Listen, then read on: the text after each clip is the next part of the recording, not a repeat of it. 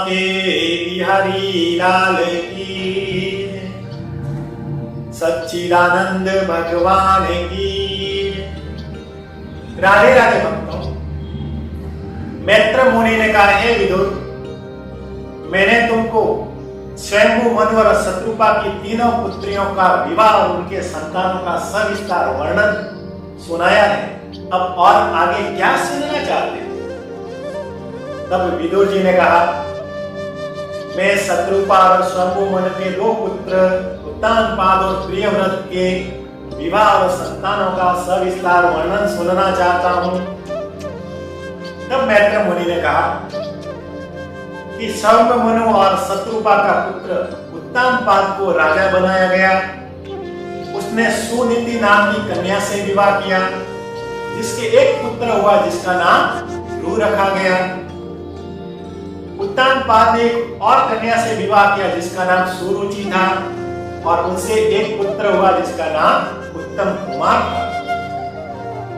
मैत्र मुनि कहते हैं, एक बार राजा जंगल से जब शिकार करने के बाद में अपने महल के अंदर आया,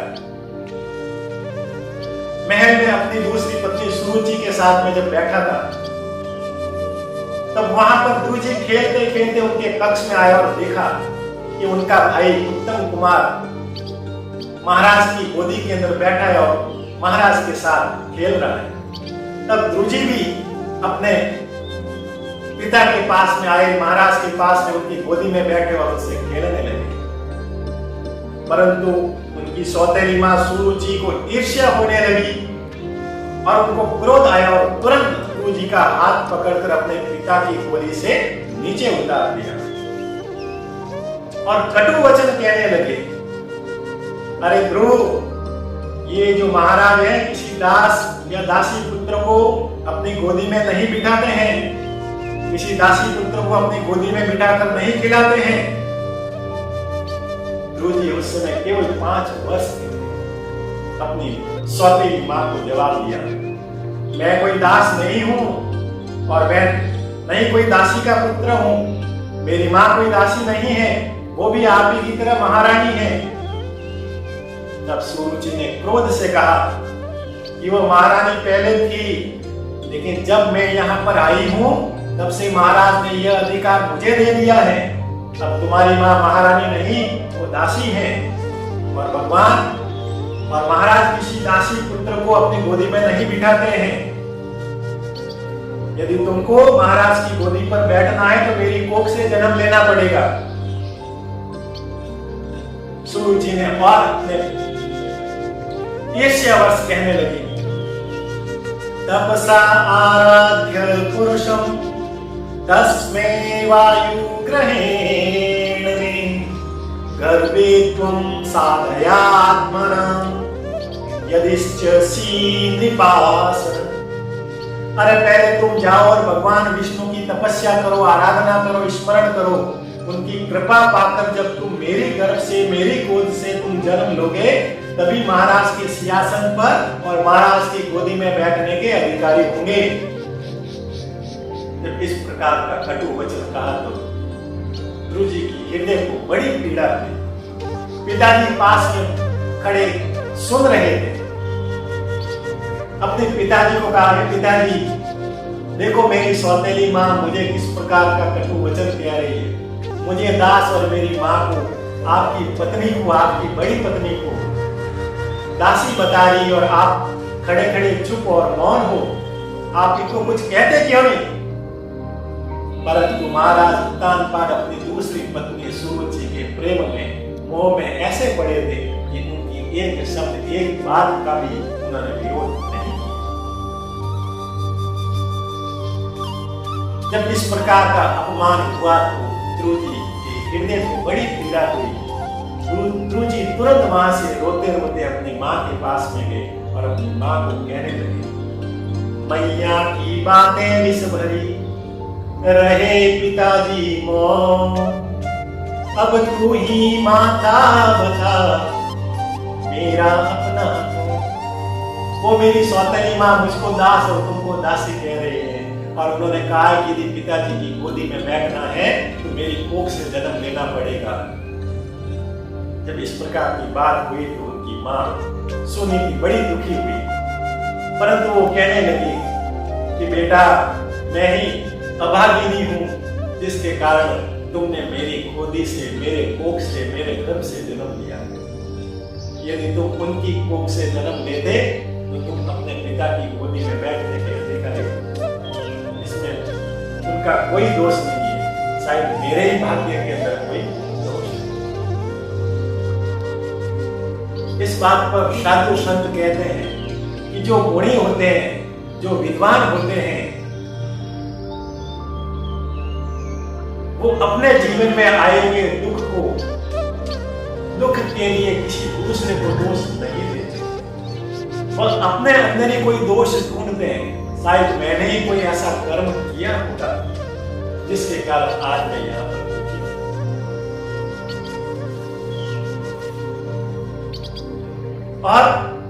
और साधु संत ने क्या कहा है? काहू न कोई सुख कर दाता, निज कृत कर्म भोग सब पाता। कोई ना किसी को दुख देता है, ना कोई किसी को सुख देता है। ये तो सुख और दुख देने वाले केवल एक निमित्त मात्र होते हैं। सुख और दुख तो हमें अपने कर्मों के आधार पर मिलते हैं। बोलिए बांके बिहारी लाल की। अब ध्रुव जी केवल उस समय 5 वर्ष के थे।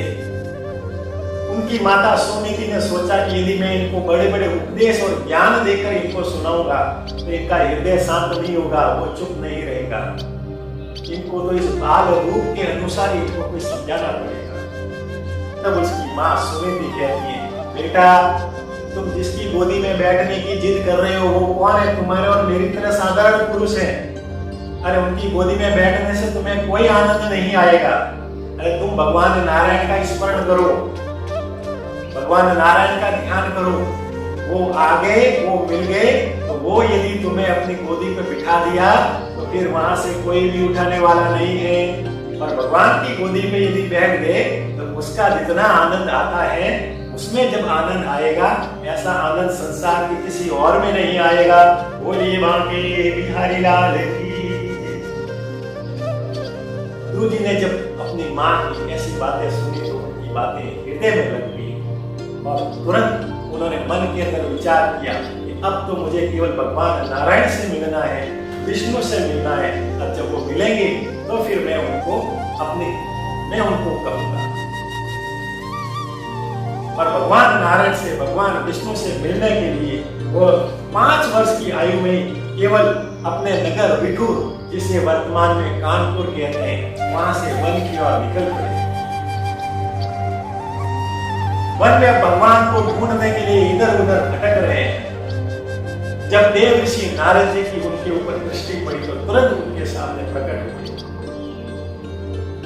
अपने सामने प्रकट हुए देख ध्रुव जी ने कहा, आप कौन हैं और मेरे सामने इस प्रकार से प्रकट क्यों हुए हो? तब देव ऋषि नारद जी ने कहा कि मैं नारद हूं और मेरा काम ये लिए भूले भटकों को मार्ग बताना। तुम इतनी नन्ही अवस्था में, इतनी छोटी अवस्था के अंदर, इस बालक अवस्था के अंदर तुम यहाँ इस वन के अंदर अकेले क्या कर रहे हो? किसको ढूंढ रहे हो? तब ध्रुव जी ने कहा कि मुझे नारायण से मिलना है, भगवान विष्णु से मिलना है। यदि आपको उनका कोई पता हो तो मुझे बताइए। नारद जी ने कहा, हाँ मुझे पता है। वो कहाँ पर रहते हैं? वो तो वैकुंठ धाम में रहते हैं। ध्रुव जी ने कहा, अच्छा तो मुझे वैकुंठ धाम का मार्ग बताइए, मुझे वहां पर जाना है।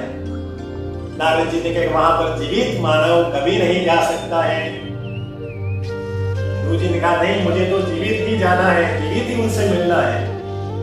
यदि जीवित मैं वहां पर नहीं जा सकता तो क्या वह यहाँ पर मेरे से मिलने आ सकते हैं?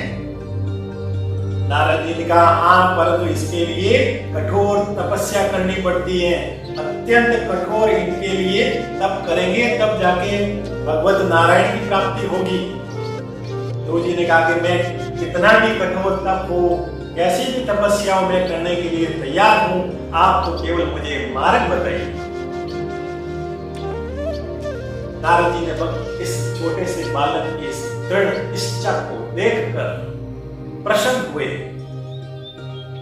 उसके आत्मविश्वास को देखकर खुशी खुशी कहने लगे कि मैं तुमको एक मंत्र देता हूं, ओम नमः भगवते वासुदेवाय नमः। इस मंत्र का तुम जाप करना। जाओ, तुम यमुना तट पर निधिवन नाम का स्थान है, वहां जाकर बैठ जाओ, भगवान का स्मरण करो, इस मंत्र का जाप करो, तुम्हें भगवान की प्राप्ति हो जाएगी।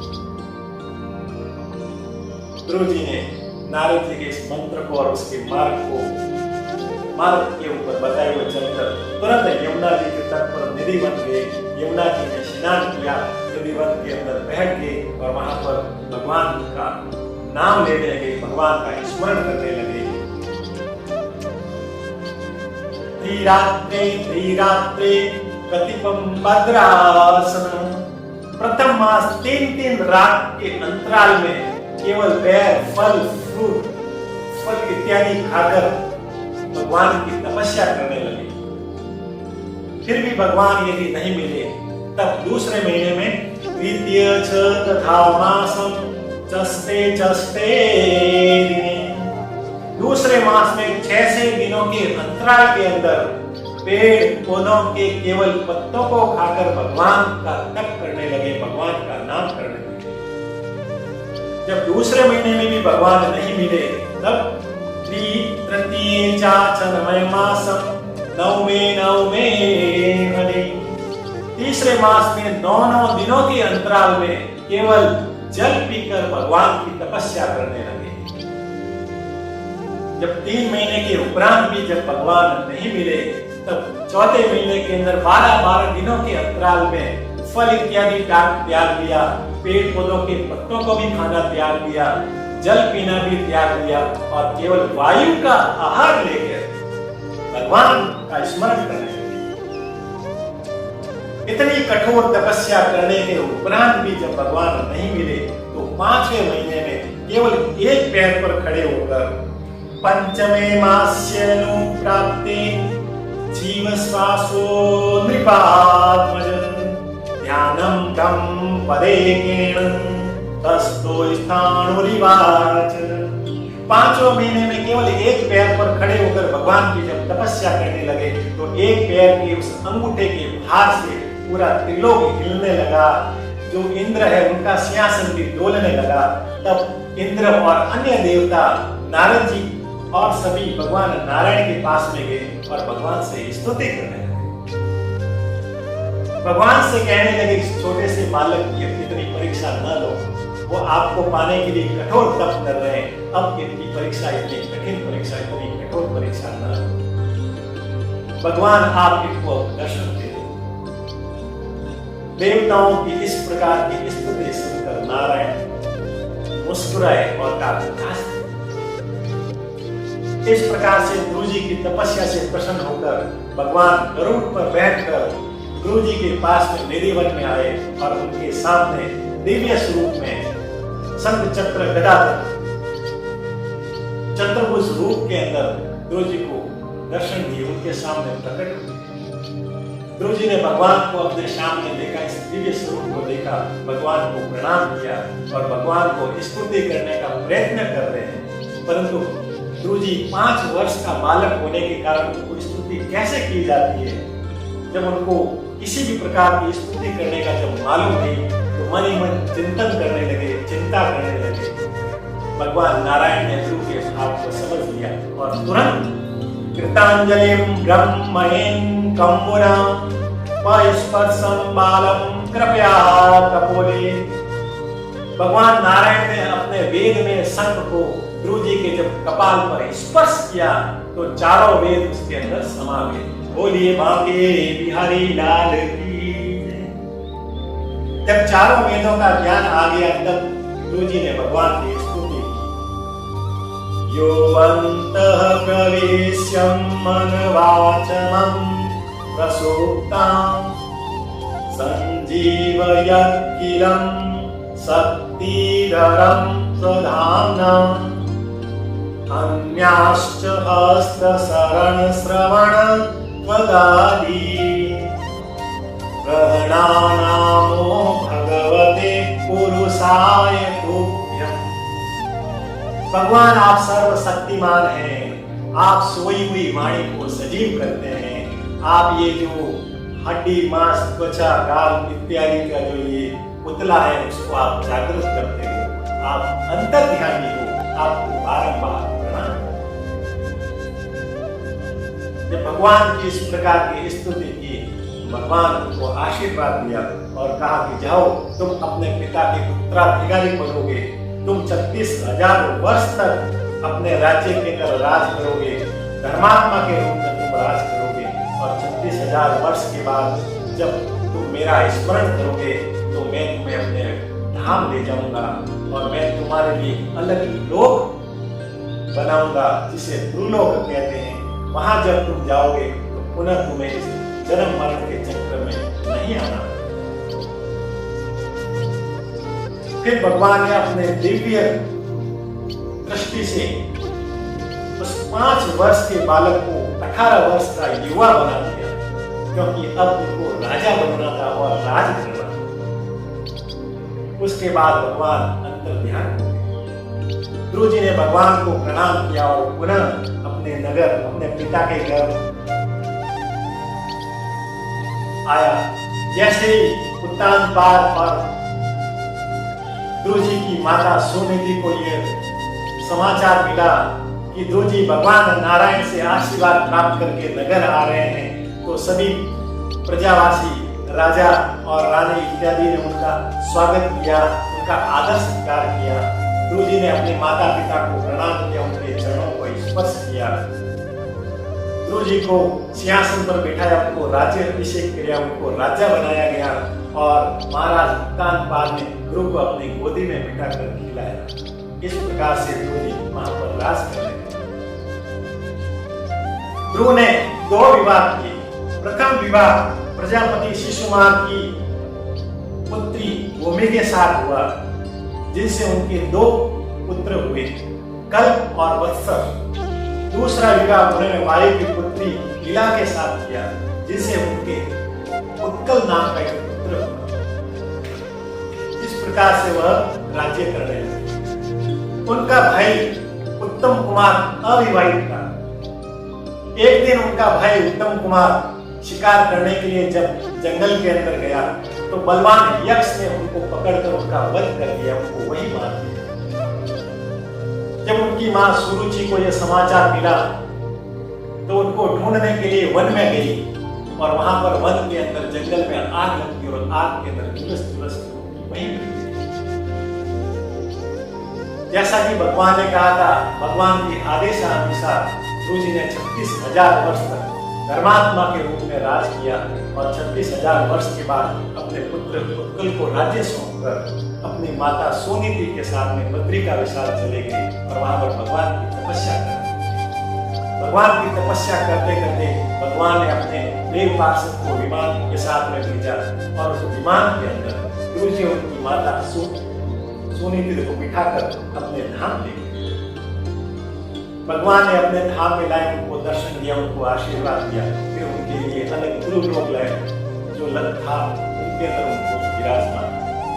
बोलिए बाकी बिहारी लाल की।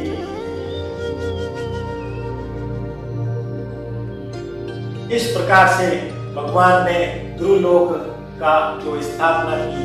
आज भी हम आकाश के अंदर गगन पे देखते हैं, ध्रुव नाम का तारा चमकता है।